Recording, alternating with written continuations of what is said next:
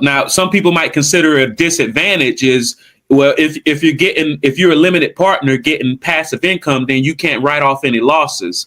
Do you consider that to be a disadvantage when it comes to that one asset? Or are there other strategies like the cost segregation study to help offset that, even if you aren't considered a real estate agent? That's an amazing question. You still get to benefit as a limited partner in the tax advantages, but the way that you can take them is a little bit different. So I'm not a CPA, so I would always suggest check with your tax advisor, et cetera. But if you're an LP and you invest into something, again, I'm going to use a $100,000 example. You're going to get a K1. If it's property based, you'll get they'll hopefully do a cost segregation study. Find this out before you put your money into it, so you know what your benefits of that investment are. If you're a real estate professional, you can take that loss and use it the same year against your other income, whatever you do.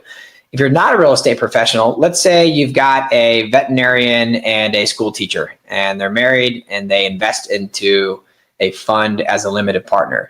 They, by classification, are not real estate professionals. Now, that same $100,000 is going to give them that same paper loss. I'm going to make up a number. Let's say they get minus 80,000.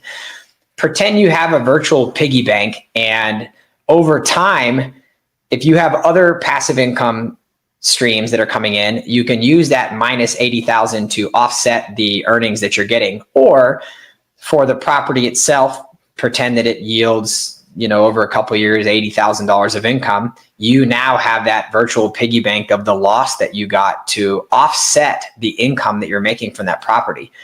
So I don't want to use the word tax-free income, but the first chunk of it is, if that's how you would apply it to your situation. So there's a benefit to it that you're not seeing in a lot of other types of investments. And again, I love real estate itself. I say it's simple to understand, but you can touch it. It's run like a business.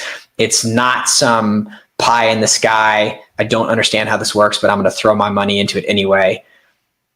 I'd caution people before they do things like that, because that's where sometimes people get hurt. I think of it as gambling.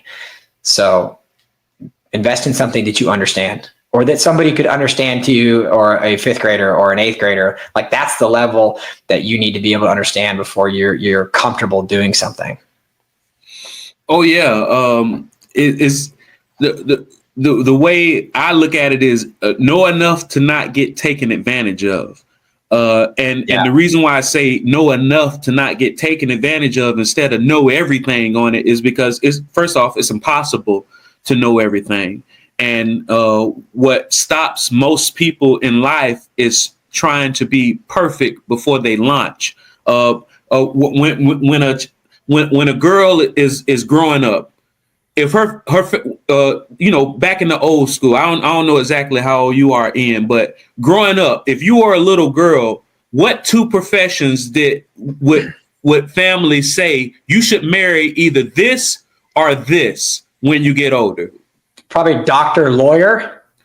Exactly. So perception wise, those are considered some of the most prestigious and lucrative, jobs. Now, I happen to know that a lot of home services companies might earn more than the average doctor or the average attorney, but perception wise, that's the most prestigious, right? And even them call what they do practices. They have a medical practice and they have a law practice. They understand that they're practicing at being perfect.